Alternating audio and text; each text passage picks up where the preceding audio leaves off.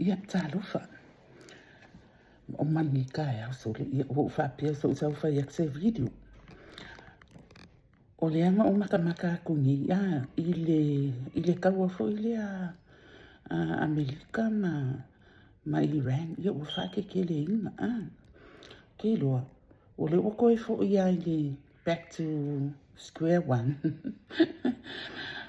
o le ava ia ku ia ele loa ma ua mo ki ngoa lava ia ua koe la koe alu i lunga ia po la fo ua koe alu i lunga ia le costo o le pingisini o le swau o ke loa o le mea le nginga a makama ia ile ise fo ile o mafo faunga o Iran ma Amerika winga le kusi ile agreement fo ile la fai mai ia Iran ele i malama le mai le kusi ngole agreement ia ai fai mai ia Amerika o la ka fa se Iran o la fo wa fai Iran excuse e ke ra wei mai ai wa soli ai le agreement kusa o le agreement fa pia wa sanga ko e ka fanga Iran ia va ai u yaku va o lo ma va aswa u ia le alanga o le ala vai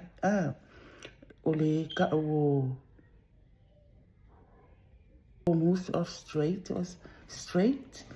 ia ai ke wa ko e ka fanga le wa ma fa le agreement wa ko ka fanga fo Iran ia va ia le ala wala ko so le agreement nia ma fo ina ko attack lo e Amerika fai mai Iran ele o malama le kusinga le agreement o longa winga ele saka kaunga o fa makalanga ye sa mai le au polo kiki ia o lo ia ma le polo ofisa Iran ai fai mai ia Amerika ele ai o langa malama o la fa o fa nga mai Iran ia le nga fo excuse e soli ai le agreement wa onga ma fa ele ma li yenga o le fa re la fo ila o le eva ai yaku o le ai fo i o lo ia mai Amerika i silo ia mai si ka mo la fa pia mai o la sa o Iran ia ko ki a pe le me le kupu i Amerika o le me fo le kupu sa moa o le ka fa sisi o le si fo ila ke lo o le ku fo ia le lift le ai ia i le vai na le ai e fa sa o Iran le ala o le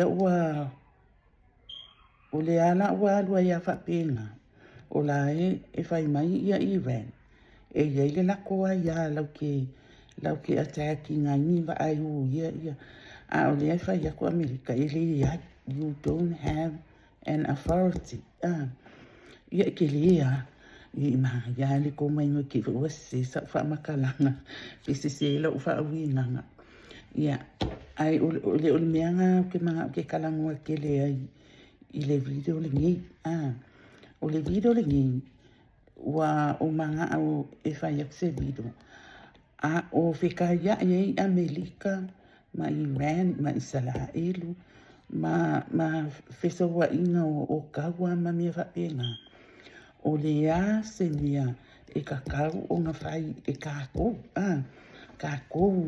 ka Samoa ele nga kai ka Samoa i tonu lava Samoa ia ona ia tatu tangata Samoa foi o lo au mau i so se atu no o le lalo nani ia ke le yo le me ka un fai kako o le mea mua o le prepare ka pena sa miuni ia o le ala ia ngai vai no fu i o kilo o ke manga au e kava i le preparation ne ia o le mangkua o le sua u lava ia wa ko e haru lunga e le na sa mo fa mo le i ke fo pisa o fo sa mo wa haru lunga nga ko wa ia i fo i le o si fai nga malo o le wa ko e haru le pensini i lunga i le ako ngu ko la lalo langi toa le lalo langi ko it means worldwide wa si ele le wasi ia le pensin ia o ala me prepare ai kako mua lava o le costa pensin i walu i lunga ai e afa ngai fo i marikama ai ngai i mea kaukupe o loa ia o le kapinga ngana e fai kako o le mea mua ka ofi le fewa fa aola lau ka avale ma move pe ai loa o se mea e kakau o ngalu iai ai le o le so nga o sofua i le mea i le manga o nianga ma fa aola i lau ka avale pe drive ai lau ka avale ia o le simia i le vaenga lava lea kaunga fai a fa apea e langunga fo ile le o se mea i savali ai o le au malo losi ai se pe kula pe luai kula i savali ai savali se i vangangana ia le 8 fo ile a matutua a fa i languna o se mea o la e mafa yanga savali ia savali vali wa ye kan mi fa apea ia nisi o fana sa se momoli akulo makua le koin ya o se o lai e mafanya savali se vangana ka ko makua se fua lava ele ngama le tangata fua lava a fai o se mia yo savali ai savali a fai e ke sila fia e mafanya savali le lok savali savali a fai savali le pinko savali wal mele wa kailo la kala ko fo isamo wo ai kongo ile avenga o kamikia o ngai ila ko wa primary school wa mo muli e o le alu le luku wa o le luku le ka avali e o ile se me vo le pela ku le fale o loa alu le fale o loa i ko ko ngwale wa alu fo le ka avali o va engalanga ka una kipi loa e se fere pensin awa e ile kai mi manga o ni ai lo pensin ia o nga fa ola lo le ka avali ia ma drive lo le simia a fa apea e o le fale o loa ia a fa ila va la lava sailing fa ka ma mea e silafia e manga o nia i ele a ngai kai uma lava ma mea manga o nia kai uma lava fa ngo mea ai pe la o le supa ma sima fa ka uma ka manga mea ele si mea a fa pe ka ngaka le angiang me la ya ka oloa a fa pe ka ngaka le angiang fa ka meu spices meu vai o wala wa ola i sa mo le angiang fiu me ele fa pe fo ye kuli la vese angiang kele ia meu launa ang manguni o lo mafanya fa ngai kuka o meu herbs o fangu fo ie fa manguni e pe sili ele nga ka mo fie i lo le angiang ia e pe o vaenga ia me ia ka pitu i le sefe inga o le pensin sefe le pensin ia wale ai fo se kupekele e mafanya fa adua i fu le pensin sili ele sefe o se linga e fa ka wa mea o na manga o mia mo tatu ene no fo i nei me sala i mia e skali ile kanyo le o pensin ya ku so la fluctuate fo na le alu le cost alu ma lunga alu la alu e la mia yo meu apps e apps nga e ka o le fuel check e si aki ai po ofia le pumping sinila wa e lai kompia mai ia ka o pensingi le panu ma le panu ka la download le app nga le fuel check ia po le si app nga le 7-Eleven 7-Eleven lock ia o mianga e va ia mea fo ia ke silafia e halu ai le pension. Ia ka mawhai run I mau errands ngai I le kainga kasi. Ai le mea fo ile le wai ka ke whaia fo I kai I sikai e alu sa mako e whaura ka ari ko e alu I ko e sa o le si aso ko e alu. Ai a whai o mi mea ma whai nga whai I man kainga kasi. Ia ske le pension e sefi. Le si mea mangkua. A whai lava o lai o kei ui. Ai okay lai okay o ai le o ngai ai le knowledge nga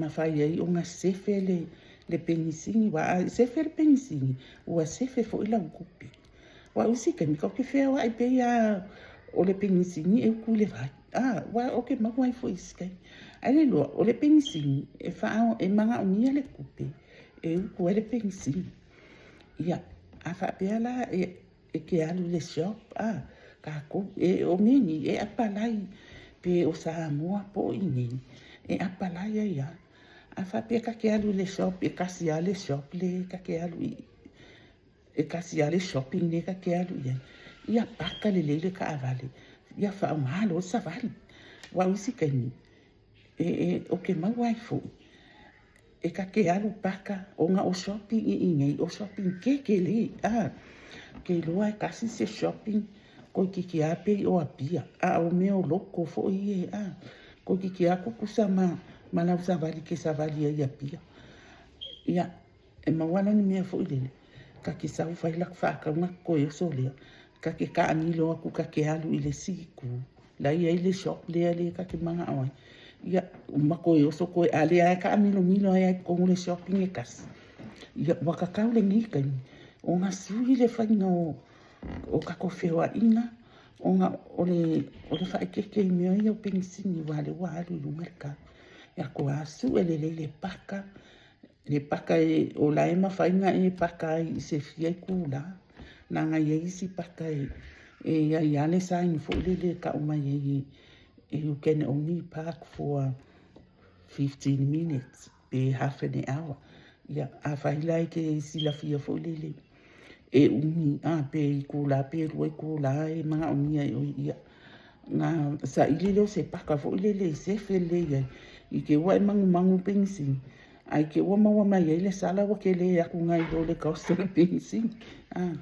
ia e pe o ngai ia la fa pena e ka ke fa nga ia nga ka ko common sense fo le ka ko poku we are trying to make sure we are wise e sefe ka ko kupi ia awala wangi kele kas ni kele se kupi alui ile ngi me o le pengisini ai o le mea o lai mawhainga control these are the things e mawhainga ka ko control ina e iei mea out of our control peila o le cost o le pengisini e out of our control ai o le sefe inga o kako pengisini. That's up to us. We have a control. Ile mainga le nga. Ya manisi ya mea fo ile wai ile o se ai fo nga ni mafainga o kavainga. Pe breakdown na kule mau mea ese e o sefe pengisini ia o mea nga kasi ale trip ya fai umai mea au ka ma fai e sa va ngari maka meki fai o le fale unga I kokongu lo ngu pe 15 minutes walk pe 10 minutes walk sa va vali ele nga ka ile nga o le nga sa vali o lo o iai se mea au nga kua ile nga sa vali e o ina tangata matua ile loku sa vali ile loku e au nga le sa vali o le kaimi lava maka ina I sa vali ia fai o maso wa le vai le ko le nga yo ke le maso wa momo anga I maso ia ma e o le faku manku le nga yo I maso le kingo o fa pe nga fo nga le nga yo fo I ma le faku ia wa mo fo I ma le faku ia mo ya le faku e wa nga le ko e o la mai le faku pe ko e o la mai le faku o ke le fa le ko. So that's the beauty of walking. Le savali. e fua lava e oi. Wai e isi kai me se ngalo wo fa wa cho pa ko e ko sa. Ai man ko ole ama ngone nga. E ma fa yenga e sa vai. Ya e fua lava. E yai lama mia o lo o yai le ka ko control. E yai fo i mia. E le se control ka ko o yai da fa pe nga le una. Ya o isi mea ka penga ai. O mea ia kau ka mafa. O mea o lo manga o mea e ka ko ainga i aso uma. I ko ka inga i o mea ai. Ai le ngaka i le ngā. O mea e ka kaunga a makanga sefe fo i lea. Pe pura sai. Wa o le arua wa au loa. E ele kai mea arua loa wa au loa. Pe la le mawhai loanga. A whai ua sao mengisi wa au loa. O longa winga. O mea la ia ngi le supermarketi. Po o i warehouse. Longa winga i umaloa mea ngā. Ia umaloa. Ai whawhiwhea la le si. Vai aso lumanga i ma le si 2 weeks later. Or, no one knows.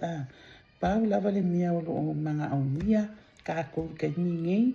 O le be prepared. Ia. Whaakau mai ka ngā laisa. Tātou wā ie no foi fafo. Ia ka kou wā ie alua ka ngā laisa. Ma whai fo in ka kou fisasoani i ka kou a i ngā laisa mua. E singa se elengi foi le lewe. Ia o whaakau mai ka ngā laisa. Whaakau mai pe o kai runga ka ngā laisa wā. I sikwa i ka fo. Waka le lopo o ai ka trusting. O le mea fo i le iai. A senda kukupe e o ai le. E o ai whaakau mai mea. Ka ngā laisa, ka ngā suka, ka ngā lapo poa. E la sai la ko mo resi ma Singapore resi 2 months or 3 months. I vo le e pur away ni ke wa ye fa le ko mo. Ya. Ai se fo le mea e abaku se le ni o fa nga. E o fa alu ai. Ai o nga fo i fa alu. Amu ia ni si fo le o la e le ko mai fo le e lo ai fua. A ole kile. Ese ale mea ngā wako le kupe. Ese le mea e ofa aluai. Kasi alu aso ai le se mea. O ka koula ngi fafo e manga o ngia ke le ale vai ngā lale ngā. O le ngā wako asa o ia whamakalanga i ka kua ngā le sa moa i mea o ka ngā suka ka ngā whalau maka. Fo le pe e whai maka whakaika inga pe ai manga awai. Ai o sa moa e le manga o ngia ai le mea ngā. O ele manga unyangi ka ngā le sa stoa mangi ka ngā whalau maka stoa. O ingi e manga unyai o ngā. Ele o yangi ka ko whanua fo ele a whapea ngā e mawhainga ka ko ako whaingi ma umanga mangi. A ko mo fo yangi ni a inga o lai e ngai peki a fo ia e ko ai ngai mea. A ele kukusa lava o sa mua lava ia. Mea le ngā lele ele ka penga o fai maumanga ka amu o ofi o mea ai ngai koko a waa o le kaini wasioki ai ia wa o loa wale ko ya luaku se a leisa wasioki whalau maka a o lai ai mea kua iai o ko i Samoa e same thing i mea o mea ai ku asa mea i o mamoi o povi mea ai whapenga mea ngā le ai pese aku ale a fionga i le li panemia e fai whako a ngā mangu. Ka wala ngā lingi ali i panemia. Mai ai le fia kausanga. Fai whako a ngā fuala au aina. Fai whako a ngā mangu. Mau whako a ngā isi maumanga. Koko ai mea maka. Ai pe ai nai ngā lulu e ais. Ai ke lo ole ko akelia. Pia la ka wala au ya. Fo le wala au ngua le wala au yo mai e fa le ba. Wala au ko ngua yo mai e fa le ba. Ko ki sa le lolo. Ke le nga ka la. E awa inga. Ele o story nga. E fai ma story. E fi so soangi ya ka ko i mea i kukupu. I mea o le atutupu. Pe aka ko le fa lungu fo i ke le fo kuanga. Ia o la paka ina. mo le o kako ia ma kako whaanga. Apa lai kusa o sa mualanga o inye ia ia kumu. Ia e kaun kako fia i. A kako i whale ulua. Ia wa ai meo o mea ai ku apa. Pe whaakau mai ka i lima. I le kuainga. Apa tuna, apa e lengi, supokeli, baked beans, e o kaini le a o inga o mai aso o whainga ka. Le ai mafu inga ko prepare. Ele koe whailunga I ngā se mea ai. Pau wale mea.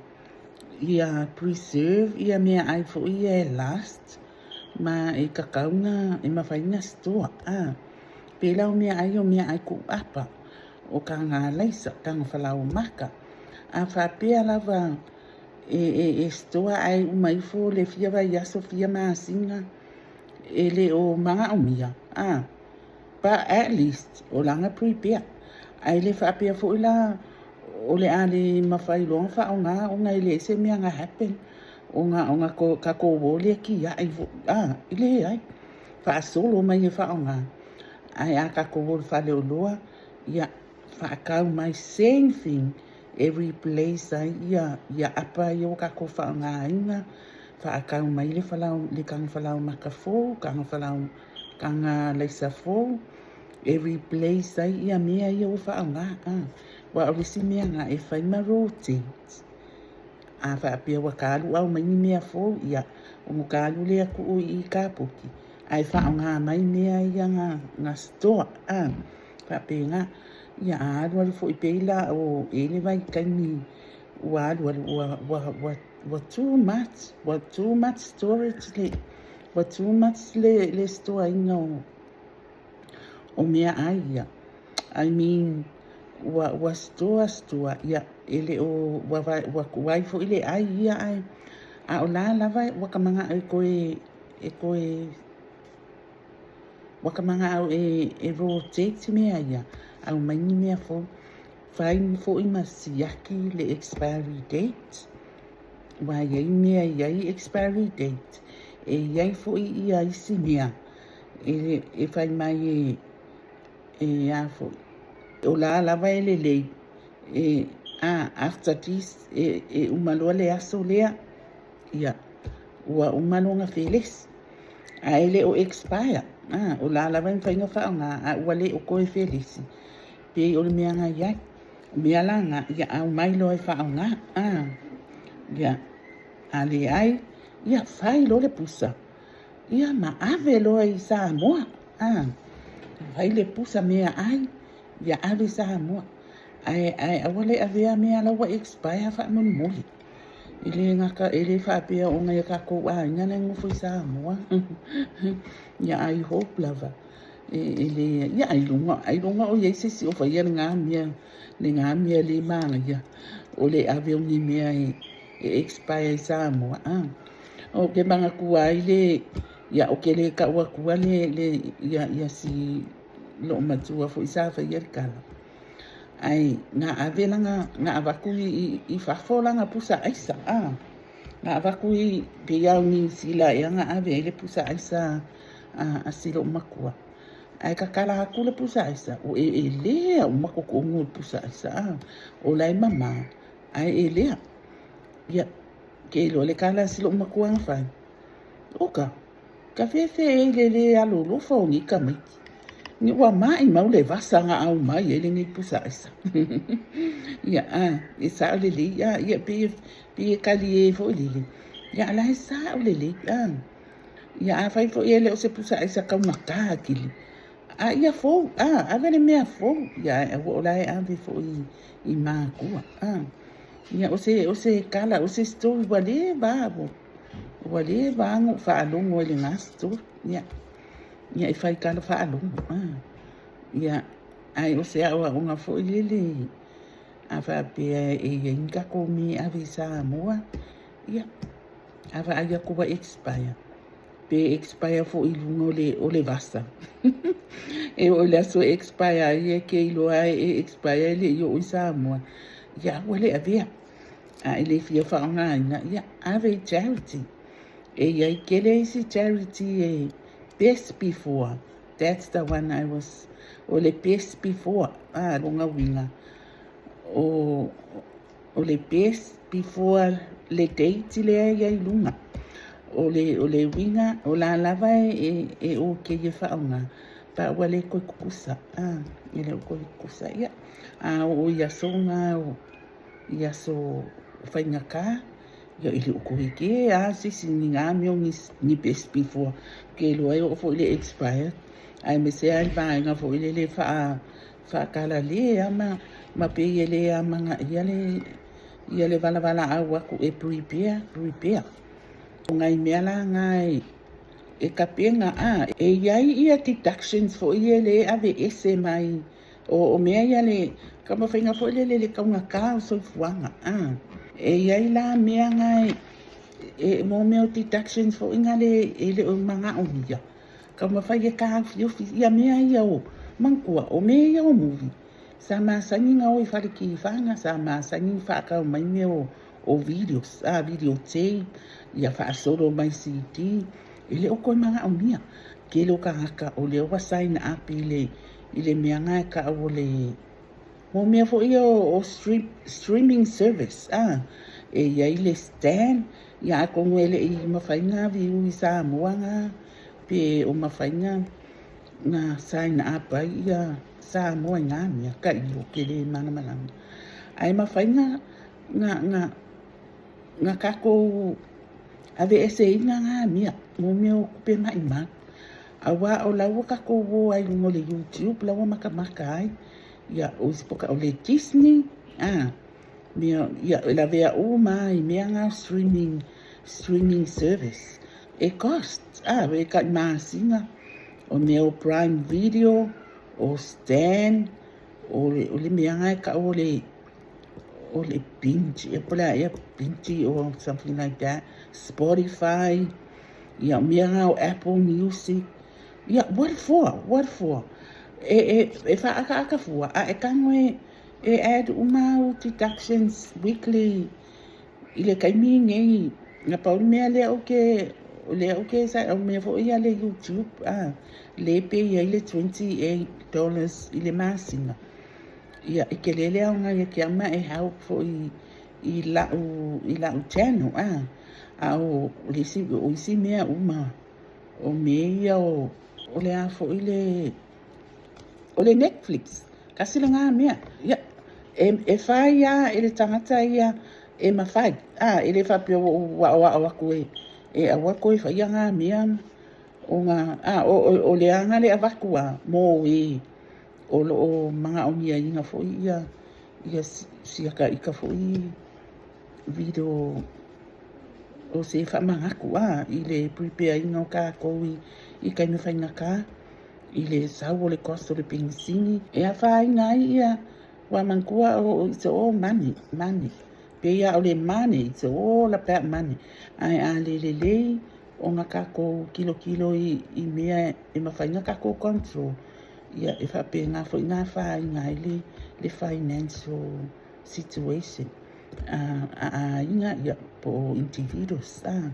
mea ngai e kakau ai ia ngai mea whape ngā e mawhainga tako ave i sea kilo po ia i nei i Australia ia iei apps ngai e mawhai inga e kanga sia ki po le petrol station nei e tipa kusa o le compare inga o le cost o mea o benzine ia ko ke sila fia o le kele ia fo i o le pili o lau paua e safe pe a kape ia mea o palaka i lunga le uo e kele ia o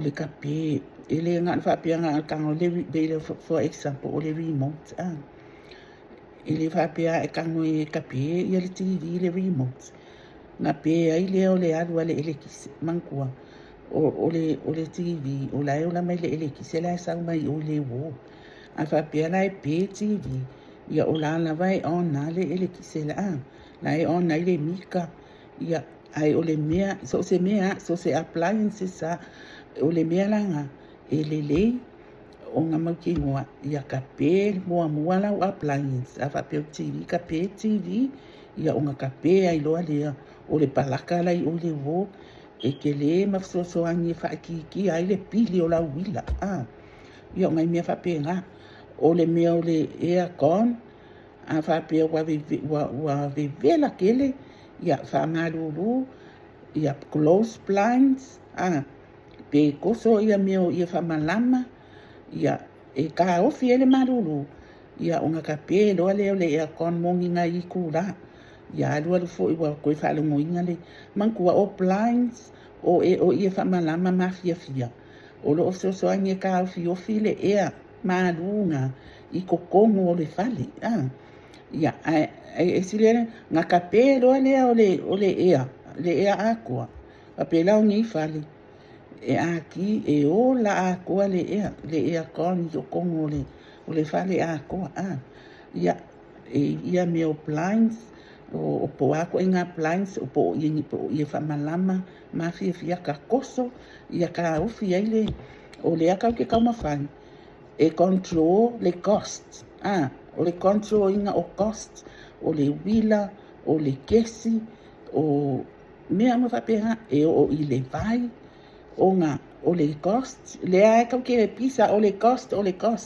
ai o mea ia kau ke whaonga inga e lai pe ia le se mea o kupu ai kau ke le loa o le kekele o pili ia wa whai ngai fo i le o le whaasosoanga o le kupi ai e iai ia vaenga ma mea e mea kau ke whaia mea kau ke whaia e whesosoanga e whai ki ai le cost o mo mea o ngā umu ia a whapea se main switch o ngā umu ka pēle main switch ia o le vai le se mea o le makuaka ngā kālawa o le vai ka o ke leiloa i au kou i si atu nuu o lo tau ia au ngei au skalia o le makuaka ngā kā fo i o le vai ka mawhai fo i whaikikia fo i le whaikikia le kā ele le umi kā ele wa o a iskaka rufo i kā ele i o manga i asi kuku i lalo le siawa i le mawhangawhanga ai le se ape a maruru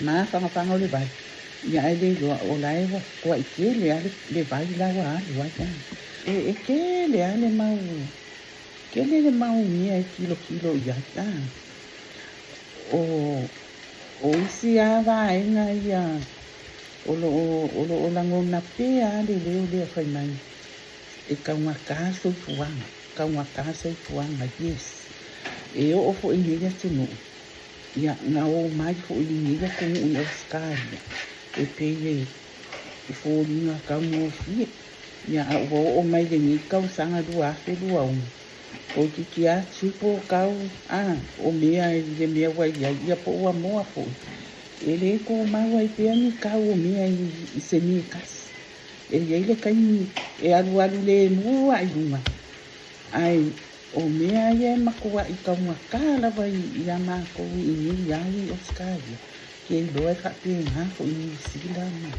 mai si atu no o a onga o mea kau ka avale o whale mai kaunga kā e mo i whai mai e le leile kupi la fo i fuel mai ngana a wale le ke le ko kupe ngai mawa ia ko runga ka o mako mea ia wai manga o ia fo i mako ia ni polo fiki o mau mea o whale mai se le kaunga kā ia ke le a kako kilo ngai i le kako o langa o lo kako o lai e mawhai ke le mea mawhai o ngā kako control ina e kau ke le o koe manga o nina o whai ngō kako whala ve lawe fōi e o le kako culture it's a beautiful culture ai a tato so o ngā wha o ngā ina loa masa o ngā whai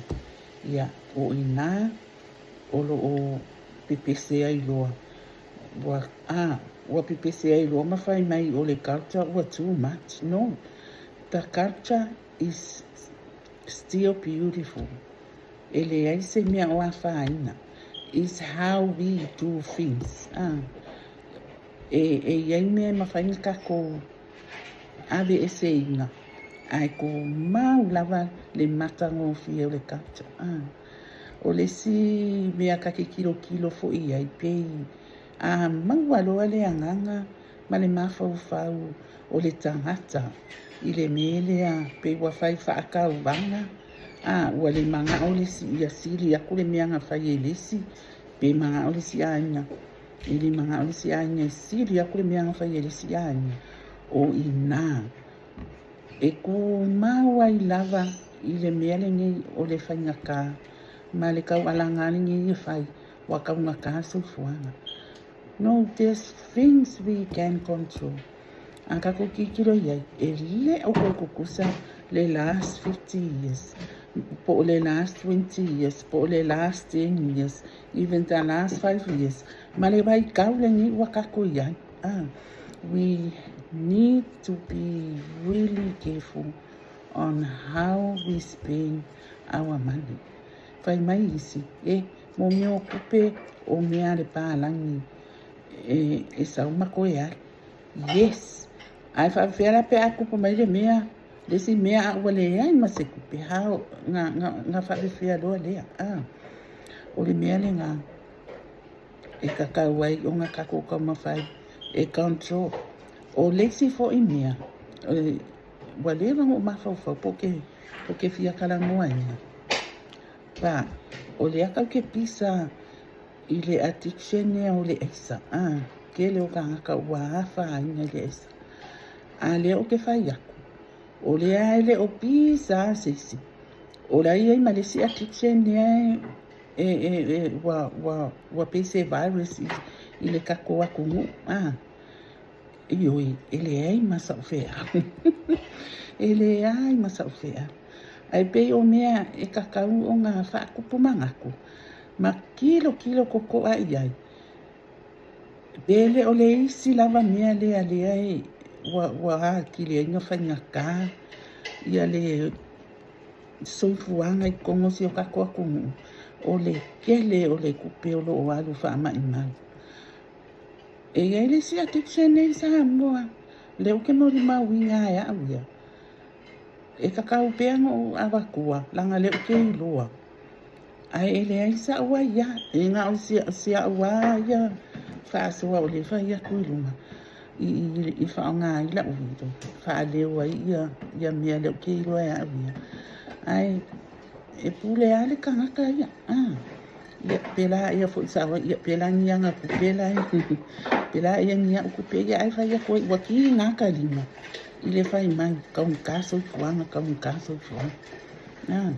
ai le ki kilo po ia ele o kanga ka uma a fai ia le te mai moa mai ai le o a fi ai ui ia ele o oela le ai e tala noa tuai ia le fai video ia po floro ai a fai o le te mata mai ai o lo o a fai nai oi I le addiction nia ia o lo na winga e mana o mia la vai oi le mafau e sa o e ni fa asua ko ia o le si addiction o le pinko maka ukia pinko o le si kaimi e pe e le o amanga ia ke le ka ko le si vai nga le ai o le kasile nga addiction o le meo le campo o le mafu anga fo ile nga wa sa o le lava wa ka koya luako maka koya luako maka koya isamo o ka le ko fa alungo nga leonga nga ka fa alungo ya so ia I kaimi o le amaka mainga wa manu mai le afias ua le o koe whaalongo I ngangi leo ni whaingalo. Ia, o ke leilo fo ila ilo ka a inga po ole mea, e ngā ole kaini leo wakakau uai sa mua ua whai e selo. E le whapia wa uami o kumupo. Langa le masanya kua I ingi. A whai o mai mua mai nisi sa mua. I le yei vido. Olo o a langa pia whaingalo kui a inga I whafu. E le o mawhai.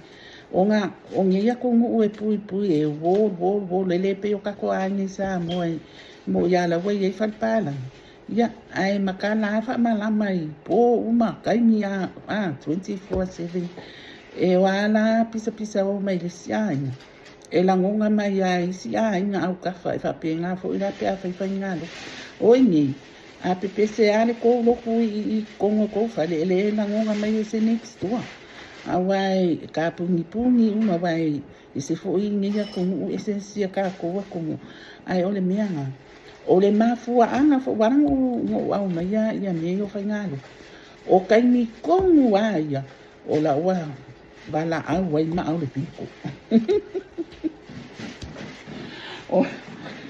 o loa ya e vai kai mi o ke alwa I Samoa ya o ke fa ya ya o malo mai fa ka kolo ya kwa ngo va pe o le la o le piko o le ala o le pinko ya o la wa le pinko ya na ka ngo fo ale na ka ma fa pe ka lo fai kwa isi ya e pe o mianga o fia kala ngoa ya e ko e lenga ya le sia o video ai po fa ko lo e ngo kala ngoa le maka fole de ngai o le prepared ele nga o ele fa pe fo ise ilunga o me ya wa poluka ya e kele mo me e prepare ai ka ko I kai mi le anga kai mi wa pe la le fa ama I le anga sal o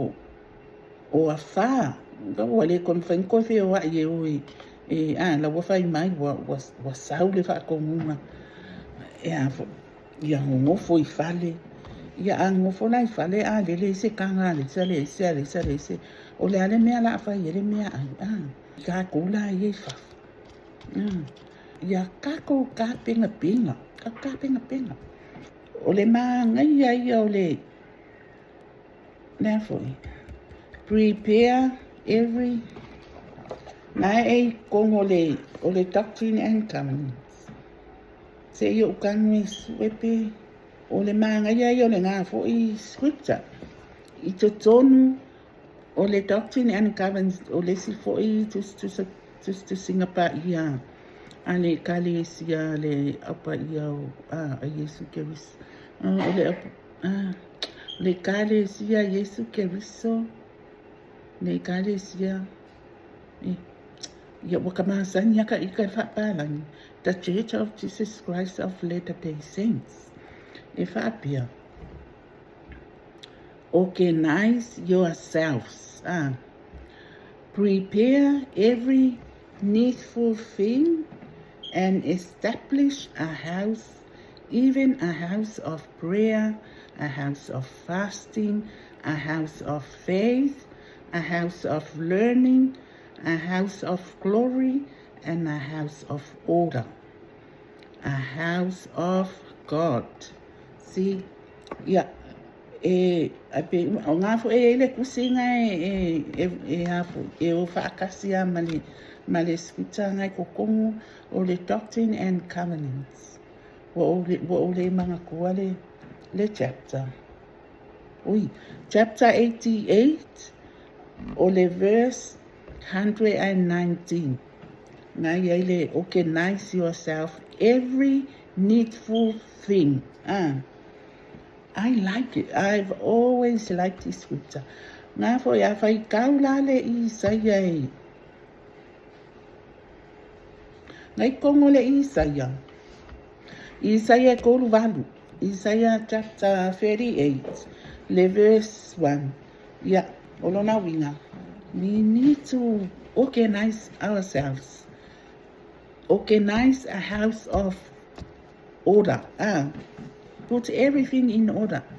Ba e ofa kasi uma meangi ya onga solo malia o leo langa ka ke ola prepare ka ke ola fia ka ke la ngonga fo ile file mu onga o le ka ke prepare wa ka ke fa ka se lunga lo la akupu mane mea pe ka ke prepare ala vai ka ni uma ia o ngai au whaasoa manga kua control le whiarua i o lau kāwali. If you don't need it. Pea ele manga o mianga e a whaapea o se mea e ke ongo savali ai. Whaonga savali e mauaile o loo i ele benefiti kua o lau savali. O le au ngā i le kingo e fia fo ingai konga ia wa. Ke ingai maso i le aruaku o le ese fo i le suingo le kingo. Pea e savali. Savali i le loku. Savali ave seo whaangau le whale a onga. Se wangai mamā o ale mea ia le a onga ka meki. Ia, e whai fuafua ala e ui. Kasi ale trip e whai umai fe au. E control ai le alu ka vale sau. O meo wila ka mga kua, ka pele palaka. Le switch lai lunga le wo ai wale ngar kape o le TV e ka una kape ia palaka ia fa penga me o ki poki microwave ia kama fai e kape ma me nga ai mese ke ni waka como moi ia fa ke me o fa alu me o ia kon ile aso a ko ia o me o le hita le aso a ko ai fa no ko le skai ni wa e ma alili wa a me se ia fa malo lo le ia ai ma ko ai fa yo o fa ma fa fanga a fa pio le ke le fa le ke le ar se me la wa relax kapele ia kapele hita ai puru so palangeki ma there are so many things we can do e control ai ia le cost o le living i mea ia o wila kesi vai ia o le si foi aro ka ili pi ua o ke lo si ka ia o le koe fai o sala mo o sa o le vai o la se pili ana ku le nga fa si kupe ia o ke le pilo le nga vai fai si mea pe kokongi ele si pili ia remove mea fo ia o afo o streaming service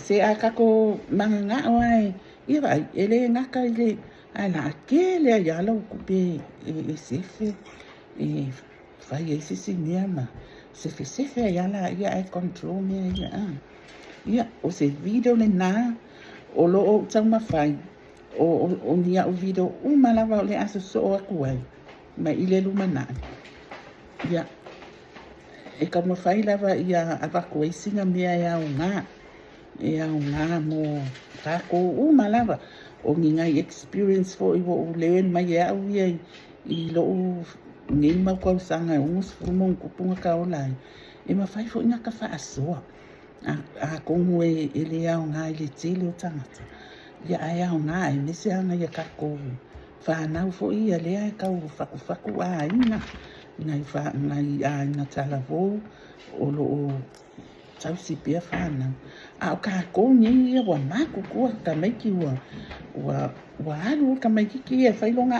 ina ia ma fai un ka ko fa so ka ko experience e support ai fo ngai si fo imba fa ngau wa le me fo se e ka ke vai ku pe si li aku ka meki nga fa longo ile si ka ngai lo fa longo mai long ka mama ki ia ta mama tua ia wa ngalung fa ka lo fa ia ai o te fa ta lo fa ia ma o te fa tu fa ia te o to ia na ia pa ana pili ai mai se fo ila to lo fia fo fia la vai viu ia mata mai ia nei video ani fa fini ai a fai o lo e mai moa pe ai ke le subscribe nga la vai ke e ke ma fa pe ke fia subscribe pe le ai ia subscribe mai i la o channel ia e lango ai fo ina support i le tau mawhainga le wha asoa